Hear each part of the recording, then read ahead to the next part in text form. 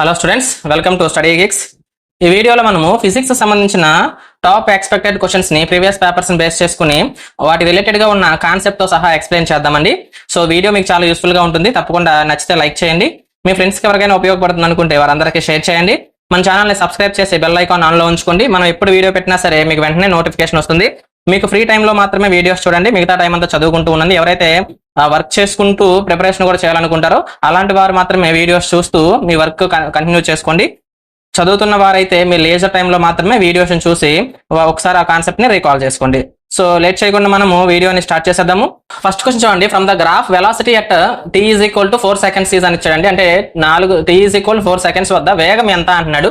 So మీరు ఒకసారి graph ను కనుక జాగ్రత్తగా గమనించారనుకోండి, దాని యొక్క స్టార్టింగ్ లో దాని వేగం ఎంత ఉందండి, 5 meter/second ఉంది. క్రమంగా టైం గడుస్తున్న కొలది ఎంత వస్తుంది, 4 seconds అయ్యేసరికి 0 అయిపోయింది. అంటే 4 seconds వద్ద దాని యొక్క వేగం ఎంత తీసుకోవాలి, మనము 0గా తీసుకోవాలి. అంటే ఇది సమయం కదా, 0 seconds అంటే స్టార్టింగ్ అనమాట, 5 meter/second. ఒకవేళ స్టార్టింగ్ అడుగుంటే అప్పుడు మనము 5 meter/second అని పెట్టుండే వాళ్ళము. ఇక్కడ 4 seconds తర్వాత అంటున్నాడు కదా, 4 seconds వద్ద అంటున్నాడు కదా. సో అప్పుడు దాని యొక్క వేగం ఎంత అయిపోయింది, ఆల్రెడీ 0 అయిపోయింది అనమాట. ఇక్కడ డైరెక్ట్ గా గ్రాఫ్ నుంచి చూసి మనము ఆన్సర్ పెట్టేసేయచ్చు అనమాట. సో నెక్స్ట్ క్వశ్చన్ చూడండి.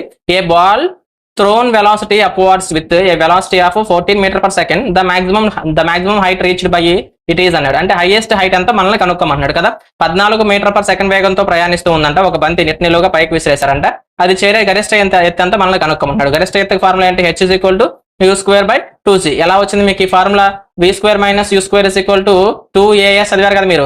s అంటే ఏంటి, స్థానభ్రంశము. అదే పైకి కిందకి ప్రయాణిస్తూ ఉంటే అది ఎత్తుగా మారుతుంది. g అనేది త్వరణము. అదే పైకి కిందకి కనుక వస్తువు ప్రయాణిస్తూ ఉంటే ఆ త్వరణం గురుత్వ త్వరణం అవుతుంది. సో 2gh అవుతుంది అనమాట. కింద నుంచి పైకి వెళ్తుంటే g వాల్యూని మైనస్ గా తీసుకోవాలి, పై నుండి కిందకి వస్తుంటే g వాల్యూని ప్లస్ గా తీసుకోవాలి కదా. ఇక్కడ కింద నుండి పైకి వెళ్తుంది కాబట్టి -2gh అవుతుంది. తుది వేగం 0 అవుతుంది. సో -u² -2gh అయితే మైనస్ క్యాన్సిల్ అయిపోతే u² 2gh అవుతుంది. దీని నుంచి మనకి h u²/2g అనే ఫార్ములా వచ్చింది. సో ఇది ఎలా వచ్చిందో మీకు ఎక్స్ప్లెనేషన్ చెప్తున్నాను. ఇక్కడ మీకు హైట్ అడిగాడు, ఇంకొక సందర్భంలో మీకు స్థానభ్రంశం అడగొచ్చు, ఇంకో సందర్భంలో త్వరణం అడగొచ్చు, ఇంకో సందర్భంలో తుది వేగం అడగొచ్చు, ఇంకో సందర్భంలో తొలి వేగం అడగొచ్చు. ఎలా అడిగినా సరే మీరు ఈ ఫార్ములా నుంచి మీరు డిరైవ్ చేయొచ్చు అనమాట. సరేనా, ఇక్కడ చూద్దాం. h u² అంటే u అంటే 14 ఇచ్చాడు, 14 × 14/2 × g అంటే 9.8 అని తీసుకున్నాడు వాడే. ఒకవేళ వాడు ఇవ్వకపోయినా కానీ మనకి g వాల్యూ మనకు గుర్తుండాలి, 9.8 meter/second² అని చెప్పేసి. ఈ 2 ఇందులో 7 times క్యాన్సిల్ అవుతుంది, 7 ఇందులో 1.4 times క్యాన్సిల్ అవుతుంది. ఈ 1.4 అంటే పాయింట్ పోవాలంటే మనం పైన 10 రాసుకోవాలి. అప్పుడు 14 క్యాన్సిల్ అయితే h వాల్యూ 10 meters వస్తుంది అనమాట. సో ఈ విధంగా మనం ఈ ప్రాబ్లమ్ ని సాల్వ్ చేయొచ్చు. మీరు కాన్సెప్ట్ గుర్తుపెట్టుకోండి. దీంతో పాటు ఇంకొక స్టాండర్డ్ ఫార్ములాస్ ఉంటాయి కొంచెం అండి. v = u + at, ఓకేనా. అలాగే s = ut + ½ at². ఈ ఫార్ములాస్ కూడా, ఈ ఈక్వేషన్స్ కూడా, సమీకరణాలు కూడా మీరు గుర్తుంచుకోండి. తొలి వేగము, t అంటే కాలము, a అంటే యాక్సలరేషన్ త్వరణము, s అంటే డిస్ప్లేస్మెంట్ స్థానభ్రంశము, ఓకేనా. ఈ విధంగా వెయిట్ని అడిగితే ఆ ఫార్ములా రాసుకుని మనం ఈ సొల్యూషన్స్ చేయాల్సి ఉంటుంది. ఖచ్చితంగా ఒక లెక్క అయితే అడిగే అవకాశం ఉందండి ఈసారి. స్కూల్ అసిస్టెంట్లకి అయితే 2 లెక్కలు వచ్చే అవకాశం ఉంది. అదే ఎస్జిటికి అయితే ఒక లెక్క కంపల్సరీగా అడుగుతాడు ఈసారి. అలాగే నెక్స్ట్ చూడండి, పరావర్తనం గురించి ఇచ్చాడు. అంటే ధ్వని పరావర్తనం గురించి.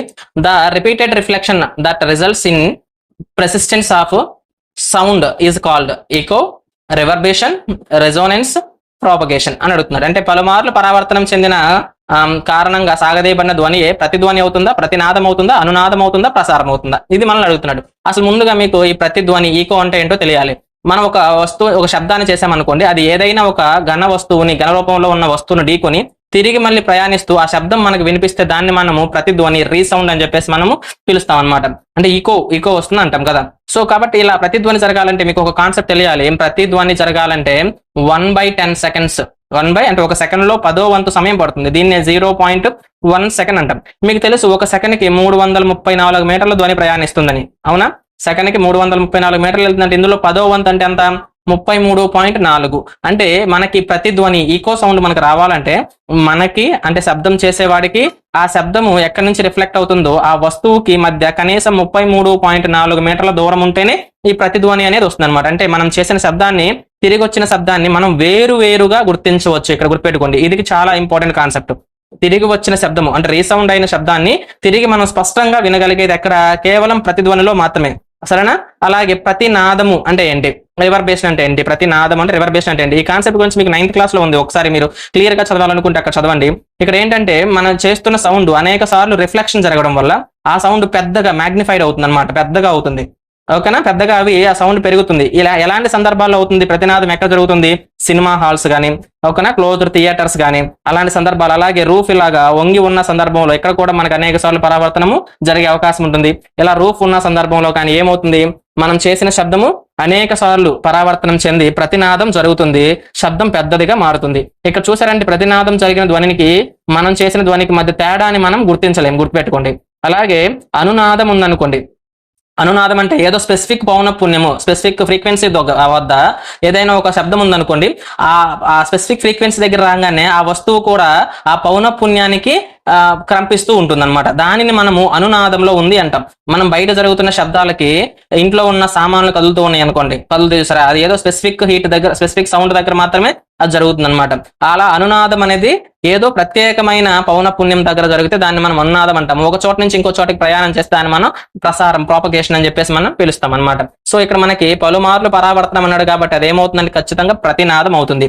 మైక్లు ఇలాంటివన్నీ అనౌన్స్మెంట్లు కానీ ఏం జరుగుతుంది, వాటిలో పెద్ద సౌండ్ రావడానికి ప్రతినాదం జరుగుతుంది. ఒకసారి ఆ కాన్సెప్ట్ మొత్తం మీరు చదవండి. మన ఛానల్లో దానికి సంబంధించిన క్లియర్ కట్ వీడియో ఉంది, ధ్వని అనే లెసన్ తో ఉంటుంది. ఒకసారి ఆ వీడియోని కూడా చూడండి, మీకు క్లియర్ కట్ గా అవగాహన వస్తుంది. నెక్స్ట్ చూద్దాం. ఒక ద్వికుంభాకార కటకంలో వస్తువు దూరము యు ప్రతిబింబ దూరానికి సమానమైన కటక నాభ్యంతరం ఎంత? In a biconvex lens, if the object distance u is equal to image distance, then the focal length of lens f is అంటున్నాడు. సో ఫోకల్ లెంత్ ఎంత అవుతుంది అని అంటున్నాడు. అంటే ఎలా మనం దాన్ని క్యాలిక్యులేట్ చేస్తాము? దీనికి సంబంధించిన ఒక వీడియో కూడా మనకు ఉందని ఎప్పుడైనా గుర్తుపెట్టుకోండి. కటకము, దర్పణము అనే రెండు కేసులు ఉంటాయండి మనకి. దర్పణము అంటే అద్దము, కటకము అంటే ఒక ఇటువైపు నుంచి కాంతి రెండో వైపుకు ప్రయాణించడానికి పనికొచ్చేది అనమాట. ఓకేనా. సో ద్వికుంభాకార కటకము అన్న, ద్విపుటాకార దర్పణము అన్న రెండు ఒకే రకమైన లక్షణాలు కలిగి ఉంటాయి, గుర్తుపెట్టుకోవాల్సింది మనం కంపేర్ చేసుకోవడానికి. సో ఇప్పుడు మనకి ఇచ్చింది ద్వికుంభాకార కటకం కాబట్టి ఈ ద్వికుంభాకార కటకంలో ఇక్కడ చూడండి మనకి నాభి ఉంటుంది. నాభి కొంత దూరంలో వక్రత కేంద్రం ఉంటుంది. నాభికి కరెక్ట్ గా రెట్టింపు దూరంలో పి నుంచి కదా. సో ఎప్పుడైతే మనము ఈ వక్రతా కేంద్రము, దీన్ని సి అనే యాక్షన్ తో చూపిస్తారు, కొన్ని చోట్ల మనం 2f1 అనే యాక్షన్ తో చూపిస్తాము, ఈ లెటర్ ఏదైనా కావచ్చు. సో ఇక్కడ ఉంచినప్పుడు దాని యొక్క ప్రతిబింబం ఏమవుతుంది? అటువైపున సేమ్ ఎఫ్ దగ్గరే పడుతుంది, 2f2 దగ్గరే పడుతుంది, అంతే పరిమాణంలో పడుతుంది. సో మీకు గుర్తుండుంటే ఈ ప్రతిబింబ లక్షణాలు చెప్పేటప్పుడు అనంత దూరంలో ఉంటే నాభి దగ్గర ఏర్పడుతుంది, వక్రతా కేంద్రానికి వెనుక వైపున ఉందనుకోండి మధ్యలో ఏర్పడుతుంది, వక్రతా కేంద్రం వద్ద ఉందనుకోండి మళ్ళీ వక్రతా కేంద్రం వద్దనే ఏర్పడుతుంది, ఇక్కడ మధ్యలో పెట్టామనుకోండి వెనుక వైపున ఏర్పడుతుంది, నాభి దగ్గర పెట్టామనుకోండి అనంత దూరంలో మనకి ప్రతిబింబం అనేది ఏర్పడుతూ ఉంటుంది. సో ఈ విధంగా వస్తువు దగ్గరకు వస్తున్న కొలది ప్రతిబింబం ఏమవుతూ ఉంటుంది? దూరం జరుగుతూ ఉంటుంది. ఆ తేడాన్ని మీరు గమనిస్తూ ఉన్నారంటే మీకు చాలా ఈజీగా ఆన్సర్ ని గుర్తుపెట్టుకోవచ్చు అనమాట. సో ఇక్కడ సేమ్ అన్నాడు కాబట్టి వక్రతా కేంద్రం వద్ద ఉంచినప్పుడు ఇక్కడ ఫోకల్ లెంత్ అనేది ఖచ్చితంగా వక్రతా కేంద్రానికి రెట్టింపు దూరంలో ఉంటుంది అనమాట. రెట్టింపు దూరంలో ఉంటుంది, 2u అవుతుంది. f is equal to 2 into u అవుతుంది అనమాట. రెసిస్టివిటీ ఓం మీటర్, కండక్టివిటీ అంటే రెసిస్టివిటీకి ప్రమాణాలు ఇచ్చాడు ఓం మీటర్ అని చెప్పేసి. అంటే నిరోధకత అంటాం మనం. నిరోధము వేరు, నిరోధానికైతే ఓమ్స్ అండి, నిరోధకత అంటే ఓం మీటర్ అంటాం దీన్ని మనం కదా. సో అలాగే కండక్టివిటీ, వాహకత్వం అంటే ఏంటి? అసలు వాహకత్వం అంటే ఏంటో మీకు తెలియాలి ఫస్ట్ ఆఫ్ ఆల్. వాహకత్వం అంటే ఏంటి? నిరోధానికి వ్యతిరేకమైన లక్షణాన్ని మనం వాహకత్వం అంటాం. విద్యుత్ ప్రవాహాన్ని వ్యతిరేకించే దాన్ని మనం నిరోధం అంటాము. నిరోధానికి వ్యతిరేకమైన దాన్ని మనం ఏమంటాము? వాహకత్వం అంటాం. ఓకేనా, వాహకత్వం అంటారు. సో నిరోధానికి ప్రమాణాలు అయితే ఓం, మరి వాహకత్వానికి ప్రమాణాలు ఏంటి? 1/ఓం అనమాట. ఓకేనా, 1/ఓం. దీన్ని ఇంగ్లీష్ లో అయితే మో అని చదువుతారు అనమాట, మో అని చదువుతారు. సో కాబట్టి ఇక్కడ ఎక్కడ ఉంది మనకి 1/ఓం అని ఉంది. సో ఇది మనకి ఆన్సర్ అవుతుంది. డైరెక్ట్ క్వశ్చన్ అనమాట. మీకు 10th క్లాస్ లో ఉంటుంది విద్యుత్ అయస్కాంత శాస్త్రము, ఐ థింక్ విద్యుత్ శాస్త్రం అనమాట. సారీ, విద్యుత్ వాహకత్వం అనే లెసన్ లో ఉంటుంది, ఎలక్ట్రిసిటీ అనే లెసన్ ఉంటుంది 10th క్లాస్ లో. ఒకసారి ఆ లెసన్ చెక్ చేసుకోండి. ఇందులో ఆ యూనిట్స్ గురించి కంపల్సరీగా బిట్స్ ఇస్తున్నాడు. అలాగే నెక్స్ట్ క్వశ్చన్ చూద్దామండి. ఇందులో ఏమడుగుతున్నాడు? The component not related to a generator among the following is అన్నాడు. స్లిప్ రింగ్స్ అంటున్నాడు, బ్యాటరీ అంటున్నాడు, రెసిస్టర్ అంటున్నాడు, హాఫ్ స్ప్లిట్ రింగ్స్ అంటున్నాడు. అంటే జనరేటర్ కి సంబంధం లేనిది ఏంటి అంటున్నాడు అనమాట. సంబంధించని అంశం ఏంటి? స్లిప్ రింగుల, బ్యాటరీయా, నిరోధమా, అర్ధ స్లిట్ రింగుల? ఇక్కడ మీకు తెలియాలి జనరేటర్ అంటే డైనమో అంటారండి. దీన్ని ఎవరు కనుగొన్నారు? ఫారడే అని ఆయన కనుక్కున్నాడు. ఓకేనా, విద్యుత్ మోటార్ ని కానీ ఈ డైనమోని కానీ ఫారడే కనుక్కున్నాడు. ఈ జనరేటర్ డైనమో ఏం చేస్తుంది? యాంత్రిక శక్తి నుంచి విద్యుత్ శక్తికి మారుస్తుంది, విద్యుత్ ని తయారు చేస్తుంది అనమాట. అంటే మెషిన్ పనిచేసి విద్యుత్ ని జనరేట్ చేస్తుంది, అందుకే దీని పేరు జనరేటర్ అనమాట. సో ఇక్కడ మనకి రెండు రకాలు ఉంటాయి, మనకి ఏసీ జనరేటర్ అలాగే డిసి జనరేటర్ అని రెండు రకాలు ఉంటాయి కదా. సో స్లిప్ రింగ్లు ఎక్కడ ఉపయోగిస్తారు? ఏసీ జనరేటర్ లో ఉపయోగిస్తారు. అర్ధ స్లిప్ రింగ్లు ఎక్కడ ఉపయోగిస్తారు? డిసి జనరేటర్ లో ఉపయోగిస్తారు. మరి నిరోధం ఉంటుందా? ఈ నిరోధం ఉంటేనే కదా విద్యుత్ అనేది యాంత్రిక శక్తి నుంచి విద్యుత్ శక్తిలో కన్వర్ట్ అవుతుంది ఇక్కడ. సో నిరోధం రెసిస్టెన్స్ కూడా ఉంటుంది అనమాట. రెసిస్టర్స్ చాలా ఉపయోగిస్తారు ఇక్కడ. ఎంత ఎక్కువ నిరోధం ఉంటే అంత ఎక్కువ పరిమాణంలో విద్యుత్ తయారు చేయడానికి అవకాశం ఉంటుంది, హీట్ ఎక్కువ అవుతుంది అనమాట. సో మరి ఏంటి సంబంధం లేనిది? బ్యాటరీస్ అనేవి ఈ జనరేటర్ కి సంబంధం లేదనమాట. బ్యాటరీస్ ఉంటే జనరేటర్ అవసరం లేదు, జనరేటర్ ఉంటే బ్యాటరీస్ అవసరం లేదు, ఒకదానికొకటి ఆపోజిట్ కదా. నెక్స్ట్ క్వశ్చన్ చూద్దాం. On the basis of reactivity the odd one from the following అన్నాడు. రియాక్టివిటీని బట్టి ఇందులో ఆడ్ వన్ ఏంటో మనం ఐడెంటిఫై చేయమంటాడు. పొటాషియమా, అల్యూమినియమా, ప్లాటినమా అండ్ కాల్షియమా. మీకు మెటలర్జీ అని చెప్పేసి ఒక చాప్టర్ ఉంటుంది 10th క్లాస్ లో, అక్కడ మీకు అన్ని ఎలిమెంట్స్ గురించి ఉంటుంది. హైలీ రియాక్టివ్ మెటల్స్ ఏంటి, మోడరేట్ ఏంటి, లో రియాక్టివ్ మెటల్స్ ఏంటి అనే గురించి అందులో నుంచి ఈ క్వశ్చన్ ఇచ్చాడు. చర్యాశీలత ఆధారంగా ఈ క్రింది వారిలో భిన్నమైనది ఏది? చూద్దామండి. చర్యాశీలత, అధిక చర్యాశీలత, మధ్యస్థ చర్యాశీలత, అల్ప చర్యాశీలత ఉంటుంది కదా. మనకి పొటాషియం అన్నిటికంటే ఎక్కువ చర్యాశీలత కలిగిందండి. అలాగే పొటాషియం కానీ, సోడియం, పొటాషియం, మెగ్నీషియం ఇవన్నీ కూడా హైలీ రియాక్టివ్ మెటల్స్ అనమాట. అలాగే అల్యూమినియం అనేది మోడరేట్ అండి, మధ్యంతరంగా చర్యాశీలత కలిగింది. ప్లాటినం అసలు లో రియాక్టివ్ మెటల్ అనమాట. అసలు ఇది ఎట్టి పరిస్థితుల్లో చర్య జరపదు దేంతో, ఆక్సిజన్ తో కానీ ఫ్లోరిన్ తో కానీ. ఓకేనా, ఆక్సైడ్ అనేది ఏర్పరచదు అనమాట. కాల్షియం కూడా హైలీ రియాక్టివ్ మెటలే, అవునా. కాబట్టి ఇక్కడ చూసారంటే ఇది పొటాషియం చర్య పొందుతుంది, ఆక్సైడ్ ఏర్పరుస్తుంది. అల్యూమినియం ఆక్సైడ్ ఏర్పరుస్తుంది. కాల్షియం ఆక్సైడ్ ఏర్పరుస్తుంది. కానీ ప్లాటినం మాత్రం ప్లాటినం ఆక్సైడ్స్ ని ఏర్పరచదు కదా. అత్యంత చర్యాశీలత కలిగిన మూలకం, అతి తక్కువ చర్యాశీలత కలిగిన మూలకం ఏంటి మనకి? ప్లాటినం. అలాగే ఏమేమి ఉన్నాయి మనకి ఇంకా? హైడ్రాజియం కావచ్చు. హైడ్రాజియం అంటే పాదరసం అండి. ఏయు అంటే ఆరం లేదా ఏజీ సిల్వర్. ఆర్డర్ ప్రకారం చూసుకుంటే హైడ్రాజియము, ఏజీ అంటే సిల్వర్, ఏయు అంటే ఆరము, హైయెస్ట్ ప్లాటినం అనమాట. ఇది అన్నిటికంటే లో రియాక్టివ్ మెటల్. ఆరం కంటే కూడా, బంగారం కంటే కూడా లో రియాక్టివ్ మెటల్ అనమాట ఇది.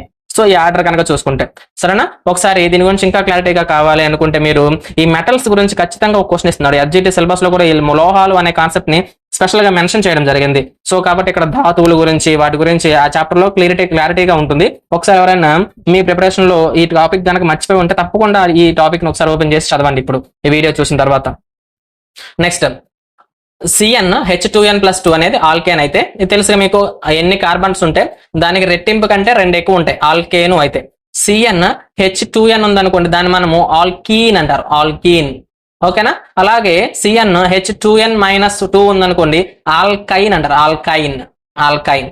మరి ఇక్కడ ఏమడుతున్నాడు? CnH2n+1 అన్నాడు. అంటే ఇక్కడ ఉన్న హైడ్రోజన్ లోంచి ఒక్క హైడ్రోజన్ తగ్గించాడు. యాక్చువల్ గా 2 కదా తగ్గించాలి ఆల్కీన్ అవ్వాలంటే. సో కాబట్టి ఇది ఆల్కీన్ కాదు, ఆల్కైన్ కాదు, ఫారాఫిన్ కూడా కాదు, ఆల్కైల్ గ్రూప్ అంటారు అనమాట. సో ఉండాల్సిన దానికంటే ఒక హైడ్రోజన్ తగ్గితే దాన్ని ఏమంటారు? ఆల్కైల్ గ్రూప్ అంటారు. ఫర్ ఎగ్జాంపుల్ చూడండి, ఇక్కడ మీకు CH4 ఉందనుకోండి, దీన్ని మనము మీథేన్ అంటాం కదా. సో మీథేన్ అంటాం. అలా కాకుండా ఒక హైడ్రోజన్ తగ్గింది అనుకోండి, దీన్ని మిథైల్ అంటారు, ఐల్ అంటారు అనమాట. సో ఆల్కైల్ గ్రూప్ అంటే అది ఐల్ వస్తుంది చివరిలో. అలాగే C2H6 ఉందనుకోండి, దీన్ని ఈథేన్ అంటారు, ఈథేన్.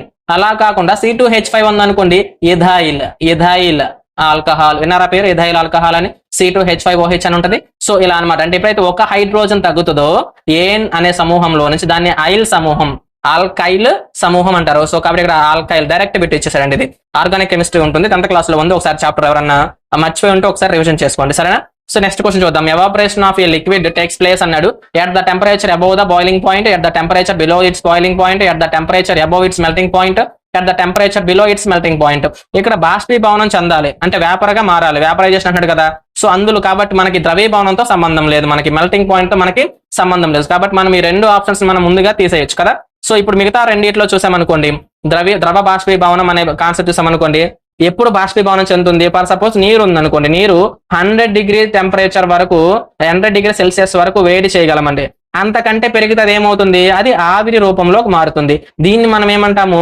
బాయిలింగ్ పాయింట్ అంటాం, ద్రవీభవన స్థానము అంటాం. అంటే ద్రవీభవన స్థానానికంటే పెరిగితే అది ఆవిరి రూపంలోకి మారిపోతుంది. అంటే బాష్పీభవన స్థానం అంటాం దీన్ని.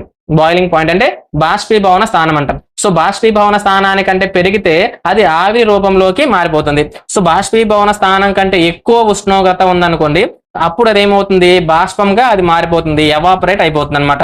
సో ఆన్సర్ ఏంటి? ఫస్ట్ 1 అవుతుంది అనమాట. ఒకవేళ బాష్పీభవన స్థానం కంటే తక్కువ ఉష్ణోగ్రత వచ్చింది అనుకోండి, అది తిరిగి మళ్ళీ ద్రవ రూపంలోకి మారుతుంది. దాన్ని మనము సాంద్రీకరణము అంటాం. ఏమంటాము? సాంద్రీకరణం అంటాం. ద్రవీభవన స్థానం కంటే ఎక్కువ ఉష్ణోగ్రత ఉందనుకోండి, ఇప్పుడు ఐస్ కి ద్రవీభవన స్థానం అంటే ఎంత, మెల్టింగ్ పాయింట్ అంతా 0.0 అనమాట. సో ద్రవీభవన స్థానం కంటే పెరిగింది అనుకోండి, అది ద్రవ రూపంలోకి మారుతుంది. దాన్ని మనము ద్రవీభవనము అంటాం. ద్రవీభవన స్థానము.